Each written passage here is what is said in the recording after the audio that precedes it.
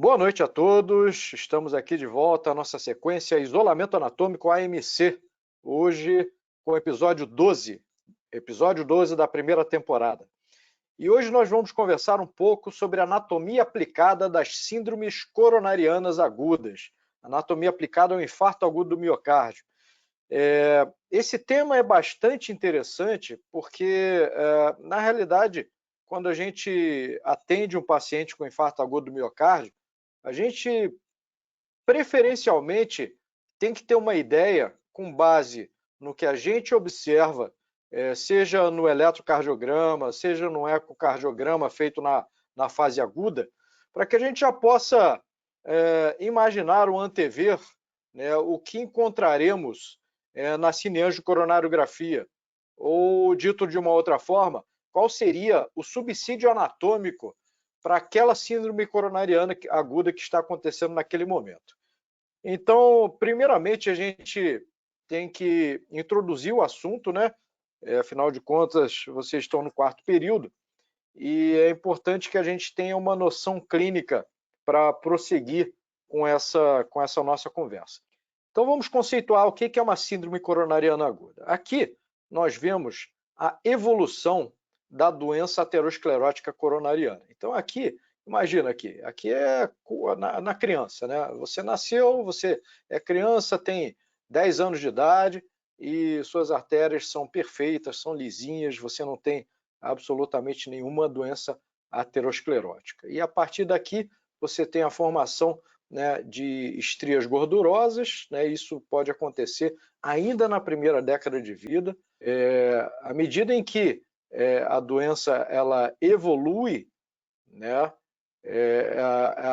Notem que a luz da artéria ela vai se reduzindo progressivamente, né? Então aqui você já tem uma fase de formação de um fibroateroma, onde você tem, né, uma placa de gordura, mas você tem uma capa de fibrose, ou mesmo numa década mais avançada, ou dependendo do processo patológico, você pode começar a ter uma placa calcificada. E aqui é uma lesão que a gente chama de lesão complicada, que é uma lesão que, em princípio, leva a um evento agudo, a um evento vascular agudo, né? Na maioria das vezes, uma síndrome coronariana aguda, um infarto agudo do miocárdio, ele começa dessa forma, e algumas vezes também um acidente vascular encefálico isquêmico da mesma forma. Você tem uma instabilização da superfície da placa, né, com hemorragia, formação de um hematoma e a deflagração da formação de uma trombose que, vejamos aqui, temos uma obstrução aqui por essa placa em torno de 70%, 75%, e a trombose aguda é que acaba formando o evento vascular agudo. Acaba se formando um coágulo, um trombo nessa região, e dessa forma, agudamente, você evolui para uma obstrução total ou subtotal. Antes da gente chegar na síndrome coronariana aguda, a gente tem que definir o que é uma angina estável, né? Primeiro, a gente tem que definir o que é angina. Angina não é qualquer dor torácica, não é qualquer dor no peito. Angina é uma dor torácica produzida por isquemia miocárdica. Isquemia miocárdica é essa que, obviamente, é produzida por uma obstrução coronariana. Então, por exemplo, aqui, né, nessa artéria você tem uma obstrução, toda essa área aqui que é irrigada por essa artéria, ela então tem comprometida o seu suprimento de sangue, particularmente quando a demanda aumenta. Então, se eu tenho um coração batendo a 60 batimentos por minuto com uma pressão normal, o consumo de oxigênio pelo miocárdio é 1. Se eu tenho um coração, por exemplo, fazendo exercício, essa frequência vai a 120, 140, 160 e a pressão, obviamente, vai aumentando. Aí o consumo de oxigênio pelo miocárdio tem atinge um outro nível, um outro patamar. Vocês devem ter estudado na fisiologia que o consumo de oxigênio pelo miocárdio ele depende de algumas variáveis. Uma delas é a frequência cardíaca. Isso é mais ou menos óbvio, né? Se o coração trabalha mais vezes por minuto, contrai mais vezes por minuto, é presumível que ele precise de mais oxigênio para funcionar normalmente. A segunda variável é a pressão arterial. Então, a pressão arterial sistólica, ela também interfere no consumo de oxigênio pelo miocárdio. E a terceira variável é a contratilidade.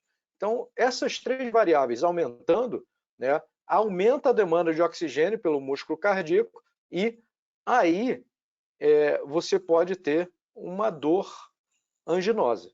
Tanto que a dor anginosa clássica, a angina estável clássica, ela é uma dor precordial, né, de origem coronariana, mas que ela é desencadeada por esforços físicos. Então, a angina estável, ela vai aparecer durante o esforço, ela é desencadeada pelo esforço. A angina instável, ela vai passar a acontecer quando há uma placa de ateroma muito grave ou uma placa que instabiliza e forma um trombo suboclusivo. Então, você passa a ter angina em repouso ou então você passa a ter uma angina de rápida progressão. A angina rapidamente progressiva também ela se encaixa no conceito de angina instável. E aí a gente também pula para um outro conceito, que é o da síndrome coronariana aguda sem supradesnível do segmento ST. Depois a gente vai ver o que é isso. Isso daqui é uma característica do eletrocardiograma. Ok? Então, a diferença aqui é que na angina instável ainda não há necrose. Na síndrome coronariana, sem supra do segmento ST, ou IAM subendocárdico, você já teve isquemia o suficiente por tempo suficiente para deflagrar uma onda de necrose e, por consequência, com elevação enzimática. Então, é o que temos aqui, por exemplo, né, uma lesão suboclusiva, e aqui, ó, é a evolução da onda de necrose. A onda de necrose ela sempre começa, né, na região subendocárdica e vai se propagando para a região subepicárdica até haver um infarto transmural. Transmural quer dizer que pega toda a parede. Então, síndrome coronariana aguda com supradesnível do segmento ST, que é uma característica do eletrocardiograma que a gente vai ver daqui a pouco. Uma síndrome coronariana com supra é o que a gente chama de infarto transmural, tá certo? Aqui você tem uma placa aterosclerótica e essa placa aterosclerótica instabiliza e forma-se aqui agudamente um trombo, tá? Transformando o que era uma oclusão por uma placa de 85%, 90%, 95%, subitamente em uma obstrução de 100% e você desencadeia o processo do infarto agudo do miocárdio. Então aqui mais uma vez, né? Aqui a evolução da placa de ateroma, né? E na fase aguda, uma trombose aguda. Então aqui só lembrando, né? O espectro da doença coronariana, da angina estável, uma obstrução de 70%, geralmente ou mais, né? Dor apenas desencadeada por esforços, evolui para a angina instável, onde você ou tem uma evolução muito rápida ou tem angina em repouso. Aqui você já tem no início de processo de necrose, que é uma síndrome coronariana aguda sem supradesnível do segmento ST, que a gente chamava antigamente de infarto agudo do miocárdio subendocárdico. Por quê? Porque a onda de necrose ela começa na região subendocárdica. E aqui evoluindo para uma síndrome coronariana aguda com supradesnível do segmento ST, que a gente frequentemente chama de infarto transmural. Então aqui você tem uma artéria sã, aqui na letra A, aqui a formação de uma placa de ateroma que cresce, né? E aqui ela passa a sofrer instabilização, essa placa aqui, ó, com rotura, com agregação plaquetária e formação de trombos. Então, a formação de trombo começa pela agregação plaquetária. Por isso que os pacientes coronariopatas têm que usar um medicamento chamado antiagregante plaquetário.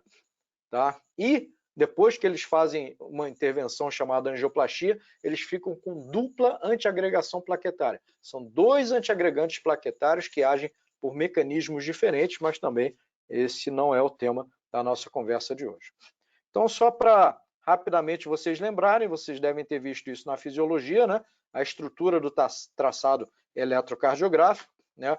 Onda P, que é a onda, onda P aqui, que é a onda de despolarização atrial, né? Átrio direito, átrio esquerdo. Então, o que a gente vê aqui é despolarização de ambos os átrios, né? Você tem um intervalo aqui, né? Dado por aquele alentecimento que a gente tem ao nível do nó atrioventricular, e aqui começa o complexo QRS, que diz respeito à despolarização ventricular, né? A gente tem o segmento ST, que é da onda S até a onda T essa que corresponde à repolarização ventricular. A despolarização atrial, ela ocorre aqui no meio do QRS, então ela acaba passando despercebida, porque ela é de muito menor amplitude do que, obviamente, a despolarização do ventrículo esquerdo. Então, P, QRS, T. E quando a gente pensa em infarto agudo do miocárdio, a gente olha muito para essa parte aqui do eletrocardiograma, que é o segmento ST, segmento que vai da onda, final da onda S até o início da onda T, ok? Aqui, né, vocês notam, começam a notar pelo menos o que é o que a gente chama de supradesnível do segmento ST. Olha só, onda P, aqui é o intervalo PR daqui, QRS, o normal seria esse S vir até aqui a linha de base, então descendo até aqui, um segmentozinho ST e a onda T subindo aqui. Aqui a gente tem um supradesnível do segmento ST, que até prova em contrário, né? Óbvio que dependendo das características, não é a única causa de elevação do segmento ST, mas a causa mais frequente, sem dúvida nenhuma, é o infarto agudo do miocárdio, infarto transmural. Bom, isso daqui é um eletrocardiograma normal, para que vocês recordem também, né? O eletrocardiograma que a gente chama de eletrocardiograma de 12 derivações, né? São 12 derivações, D1, D2, D3, AVR, AVL, AVF, V1, V2, V3, V4, V5, V6. Fiquem tranquilos que a gente vai comentar um pouco sobre isso daqui a pouco, sobre essas derivações. Aqui, vejam a diferença, ó, eletronormal, olhem para cá, por exemplo, ó, P, QRS, T, né? Tudo na linha de base. Ó. Termina o QRS, volta à linha de base e depois sobe aqui a onda T. Aqui não, é um elétron com supradesnível do segmento ST. Ó. Aqui, aqui, aqui, um supradesnível enorme, ó, muito pronunciado. Então vamos um pouquinho agora para a anatomia das artérias coronárias. Então, do ponto de vista anatômico, são 3 artérias principais.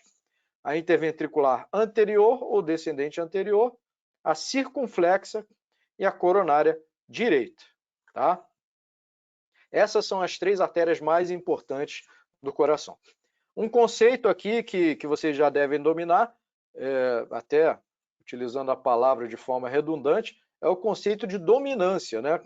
A artéria dominante é aquela que atinge o crus-cordes. O que é o crus-cordes? É o cruzamento aqui do sulco coronariano, né, com o sulco interventricular posterior. Bom, rapidamente, revendo a anatomia, a interventricular anterior, vocês devem lembrar, ela percorre o sulco interventricular anterior, ela emite ramos septais, a primeira septal é um ramo muito importante, mas emite vários ramos septais que vão irrigar os 2/3 antero-superiores do septo interventricular. Além disso, ela vai emitir ramos diagonais, né, que vão para a parede anterior e anterolateral do ventrículo esquerdo. Tá? A descendente anterior, ou a interventricular anterior, ela percorre o sulco interventricular anterior e geralmente chega ao ápice.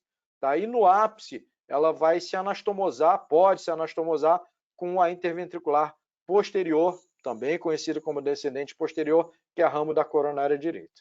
Ok? Essa é bem resumidamente a anatomia da interventricular anterior ou descendente anterior. A circunflexa, ela vai fazer isso aqui, ó. Ela sai do tronco da coronária esquerda, né, e vai percorrer o sulco coronariano. Ela vai dar a voltinha lá para trás, né? Ela vai, obviamente, emitir ramos atriais, porque os átrios estão o átrio esquerdo está acima do sulco coronariano, ela emite um ramo importante, que é a artéria marginal esquerda, que sai aqui na margem esquerda do coração, podemos vê-la aqui, e geralmente emite ramos ventriculares posteriores esquerdos, algum ramo para a parede posterior do ventrículo esquerdo. Tá? O nível em que ela chega é muito variável. Muitas vezes ela só emite a marginal esquerda e praticamente não faz mais nada. Tá? Mas muitas vezes ela vai se anastomosar com ramos da coronária direita aqui perto do cruz-cordes. E aqui a coronária direita. A coronária direita ela vai percorrer o sulco coronariano do lado direito, obviamente, emite ramos atriais, ramos pro átrio direito, emite a artéria do cone arterial, que vai irrigar essa região aqui do infundíbulo, do trato de saída do ventrículo direito. Em 65% dos casos, aproximadamente, ela vai emitir a artéria do nó sinoatrial, que está vindo para cá. Ó. Em 35% dos casos, ela sai da circunflexa. E aqui ela emite a marginal direita, que vai irrigar a parede livre do ventrículo direito. Lá atrás, na parte, digamos assim, na face inferior ou na face diafragmática, emitiu aqui a marginal direita, ela se continua e em 90% dos casos ela chega ao cruz-cordes sendo dominante, tá certo? Vai emitir a interventricular posterior, se for dominante, né? A interventricular posterior emite ramos septais que vão irrigar o terço ínfero-posterior do septo interventricular, vocês devem lembrar disso. Além disso, ela vai emitir ramos ventriculares posteriores esquerdos, como vemos aqui, né? Com frequência, na cardiologia, a gente chama isso de ramos VP, né? Geralmente é um ramo VP grande ou vários ramos pequenos. Ela pode se anastomosar com ramos da circunflexa aqui nessa região inferodorsal do coração.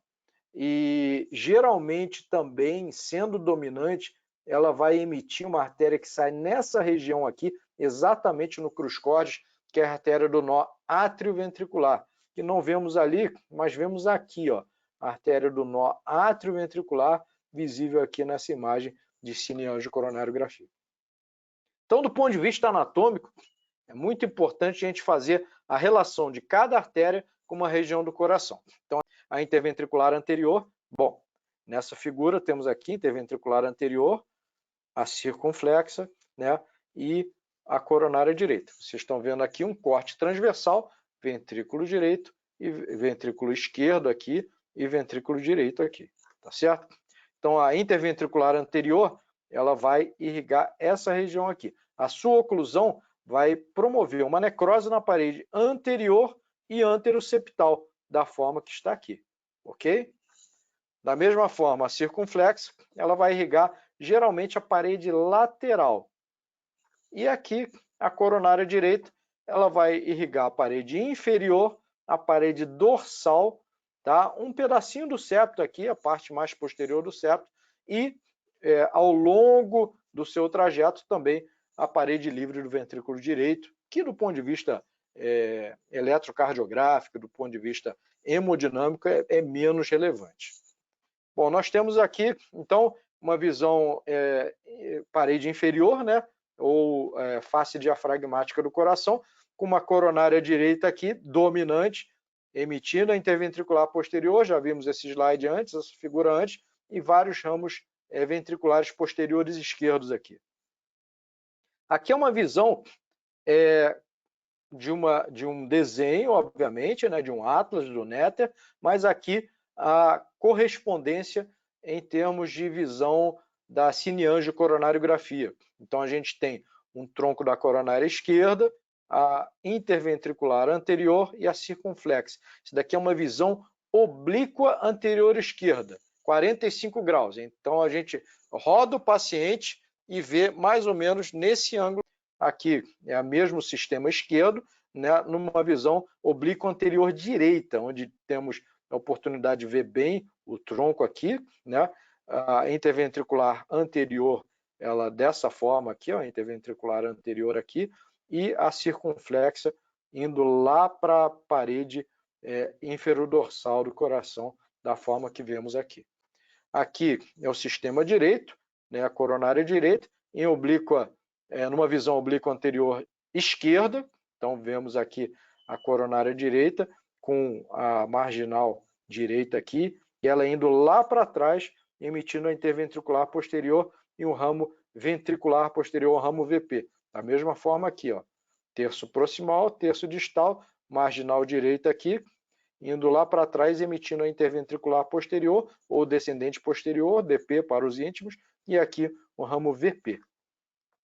E, finalmente, a artéria coronária direita, mas vista uma visão oblíqua anterior direita, que não é a melhor visão para poder, não é o melhor ângulo para poder visualizar os ramos da coronária direita. Então, vemos aqui a coronária direita e dá para distinguir aqui a interventricular posterior, os ramos VP, embora na oblíqua anterior esquerda, tá, seja melhor para distinguir esses. As artérias principais do coração, elas estão dispostas em dois planos, né? Um plano do sulco coronário e um plano dos sulcos interventriculares. Sulco interventricular anterior, aqui interventricular anterior, né? E aqui interventricular posterior. Outra visão aqui, interventricular anterior, interventricular posterior. E aqui no plano do sulco coronário, circunflexa desse lado, do lado esquerdo, e a coronária direita do lado direito. Nessa visão aqui, coronária direita aqui, circunflexa desse lado aqui. Bom, aqui algumas variações, né? A interventricular anterior, vocês lembram, ela sai do tronco e percorre o sulco interventricular anterior. Então, a gente, os anatomistas e os cineangiocoronariografistas, eles classificam a descendente anterior, ou interventricular anterior, no tipo 1, quando ela não chega até o ápice, né? É uma DA pequena.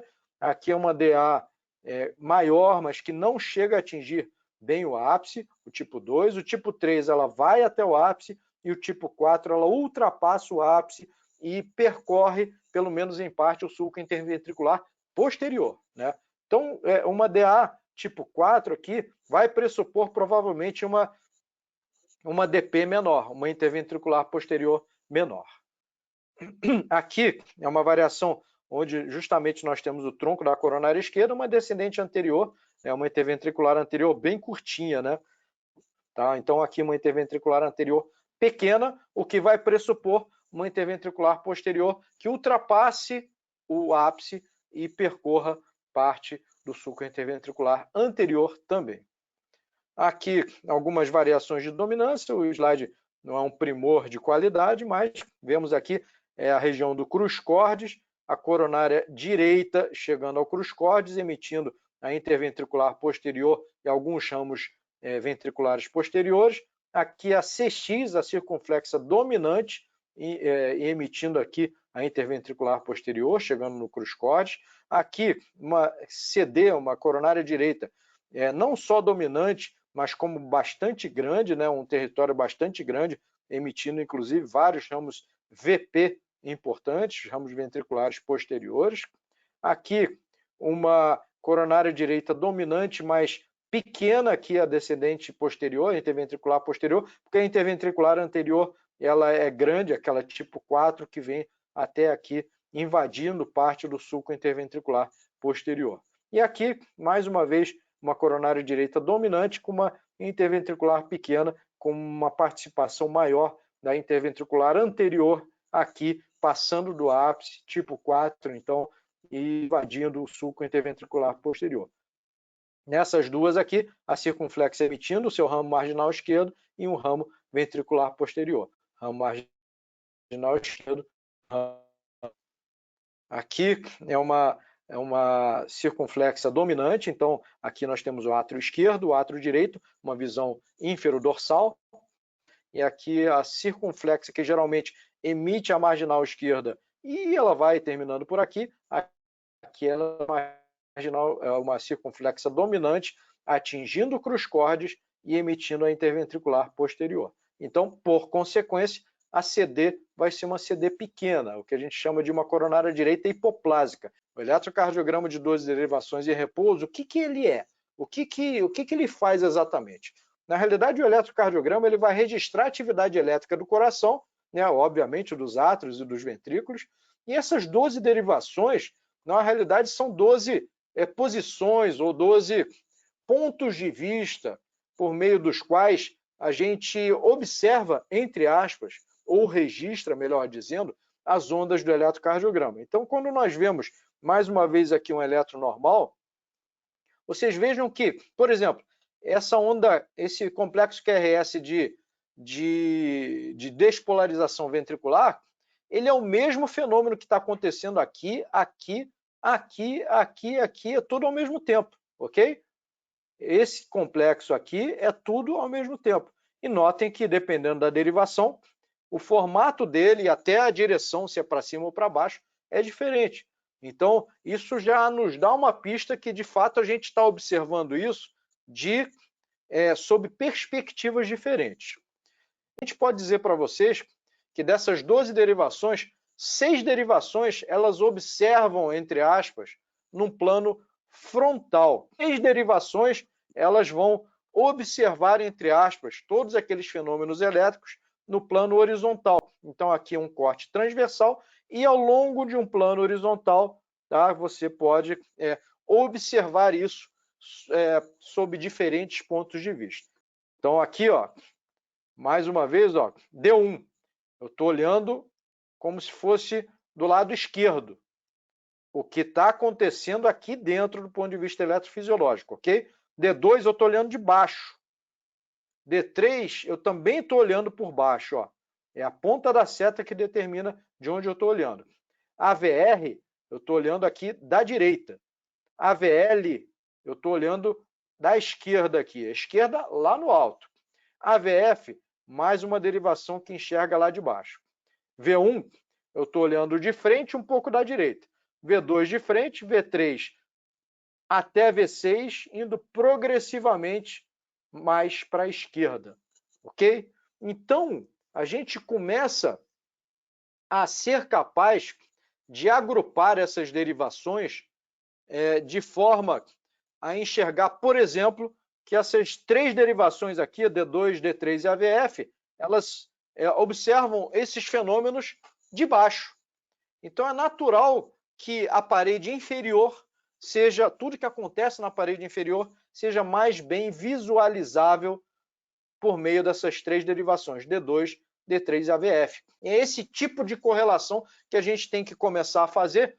Então, D2, D3 e AVF, elas são derivações que enxergam a parede inferior.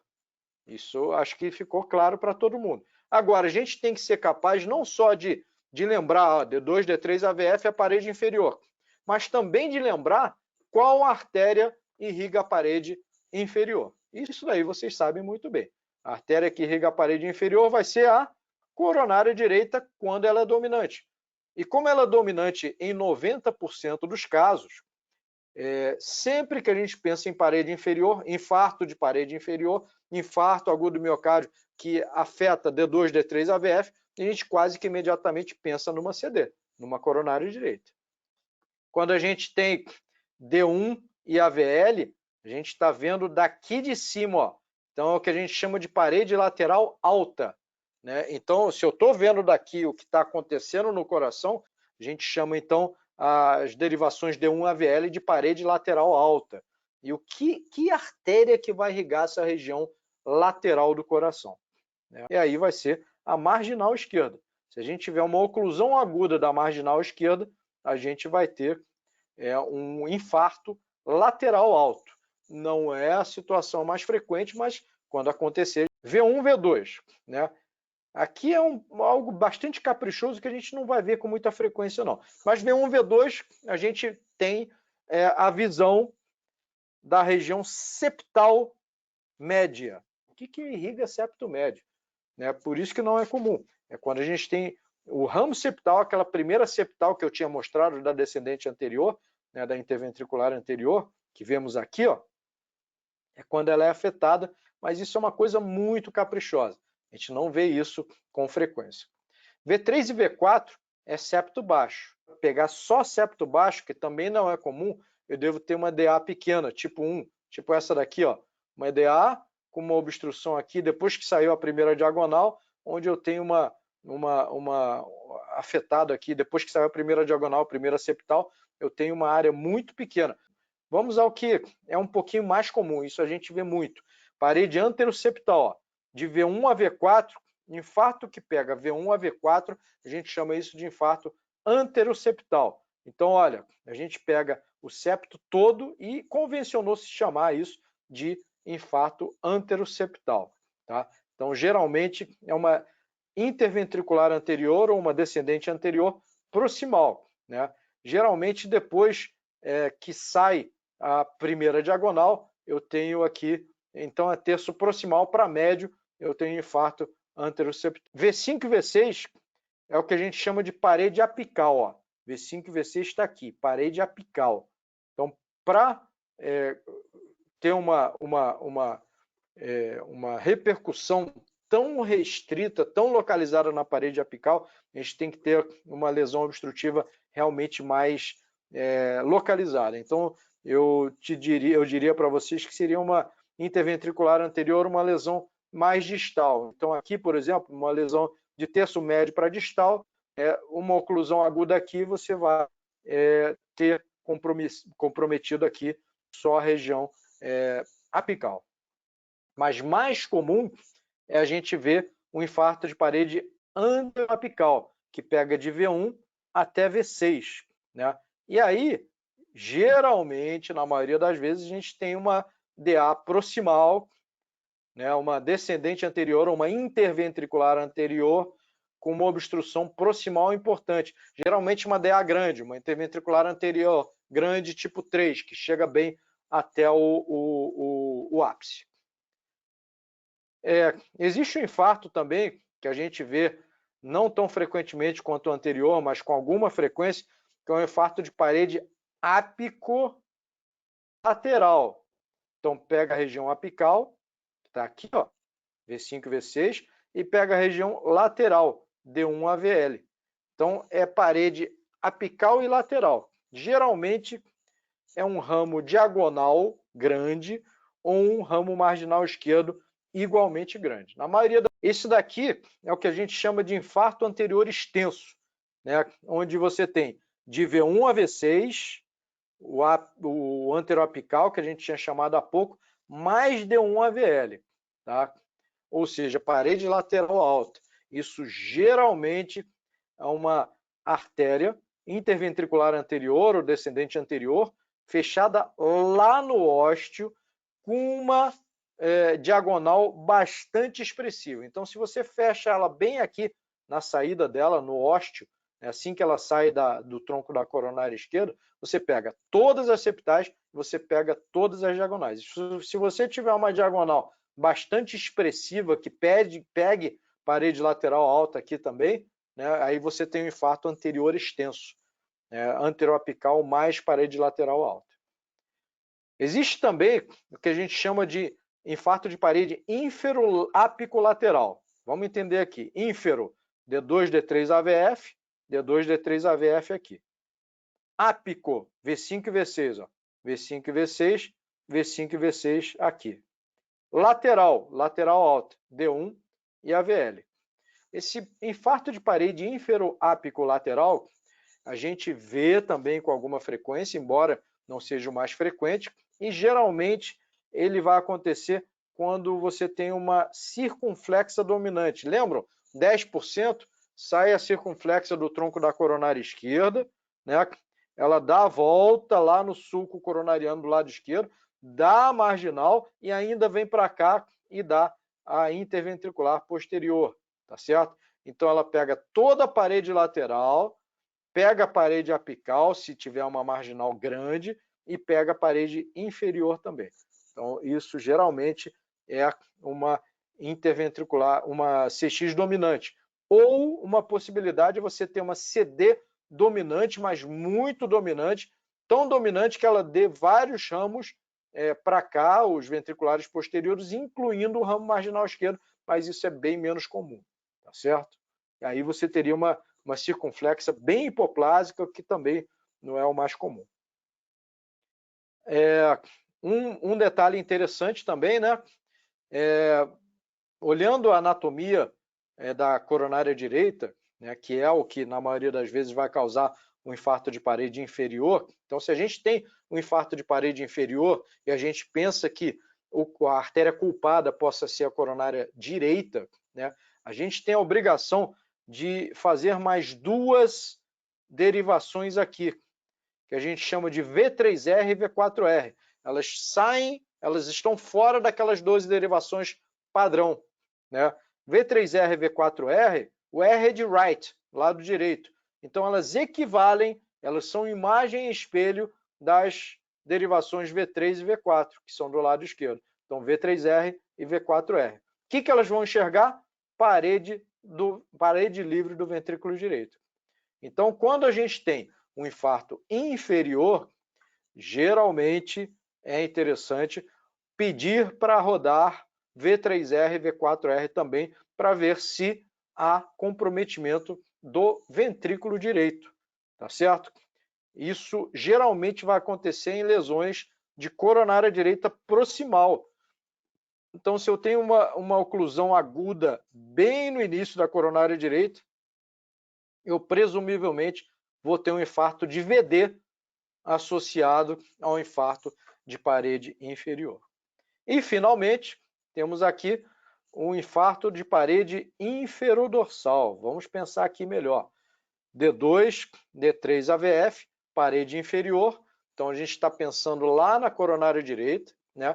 Mas lembram que muitas vezes essa coronária direita ela chega ao crus-cordes e ela progride em direção à parede posterior do ventrículo esquerdo. Dá alguns ramos, um pelo menos, ou mais ramos que a gente chama de VP, ventriculares posteriores. Então, parede inferior também vale a pena rodar outras duas derivações que não são parte daquelas 12 derivações padrão. Essas daqui a gente só vai rodar em situações especiais, que são V7 e V8, que a gente vai enxergar aqui, ó. V7 e V8 essas duas derivações vão enxergar a parede dorsal, tá certo? Tem um sinal, quando a gente tem infarto inferior, que nos dá uma pista para a parede dorsal. Não sei se vale a pena a gente comentar aqui, mas assim, quando a gente tem alterações nessas derivações aqui, ó, que seriam ao contrário do que a gente esperaria. A gente chama isso de imagem em espelho. Essas duas derivações, elas podem ver, entre aspas, essa parede dorsal, mas ao contrário. Então, em vez de ser supra, você teria um infra do desnível do segmento ST. É o que nos dá uma dica quando a gente tem um infarto de parede inferior e roda um ECG de 12 derivações. Se a gente tem em V1 e V2 alterações que são o contrário do que a gente esperaria, V de supra, infra desnível do segmento ST, provavelmente isso é imagem e espelho da parede dorsal. Aí a gente pede para rodar V7 e V8, porque a gente vê diretamente o infarto da parede inferodorsal, que geralmente é causada por uma coronária direita dominante bem grande ou uma circunflexa dominante bem distal. Então, a gente pode ter essa coronária direita aqui, ó, dominante, chegando no crus-cordes e dando vários ramos VP aqui, ó. E se ela for um pouquinho maior, aí ela pega a parede dorsal mesmo, ou uma CX, uma circunflexa que vem de lá, aqui esquece essa coronária direita, ela para aqui, a coronária, a CX, a circunflexa, ela é dominante, vem para cá, então infarto de parede ínfero dorsal, tá? Mas aí ela não pega a lateral alta porque a obstrução é distal. É uma outra possibilidade também. Então a gente tem que sempre ser capaz de fazer essa correlação, né? Quando a gente está de plantão na urgência, né, nem sempre a gente vai ter um eco. Se a gente tem um ecocardiograma, a gente vê claramente qual parede ela contrai menos do que as outras. Ou às vezes você tem uma parede não hipocinética, contraindo menos do que as outras, mas acinética, uma parede que esteja parada. Tá? O que dá hipocinesia e acinesia, na grande maioria das vezes, é doença coronariana. Tá certo? Não necessariamente aguda, obviamente, mas algumas vezes assim, sim, e você tem que colocar isso dentro de um contexto clínico. Mas como esse tipo de estratégia de exame complementar nem sempre vai estar disponível na urgência, a gente tem que ser capaz de receber um paciente com infarto, olhar o eletrocardiograma, ver em quais derivações você tem aquelas alterações características do infarto, saber a que regiões ou a que região aquelas alterações correspondem e, em função da região, saber qual, ou pelo menos procurar antever qual artéria e mais ou menos em que localização da artéria você teria provavelmente a obstrução aguda que caracteriza o infarto agudo do miocárdio. Então, pessoal, esse é o meu recado de hoje. Agradeço a todos pela atenção.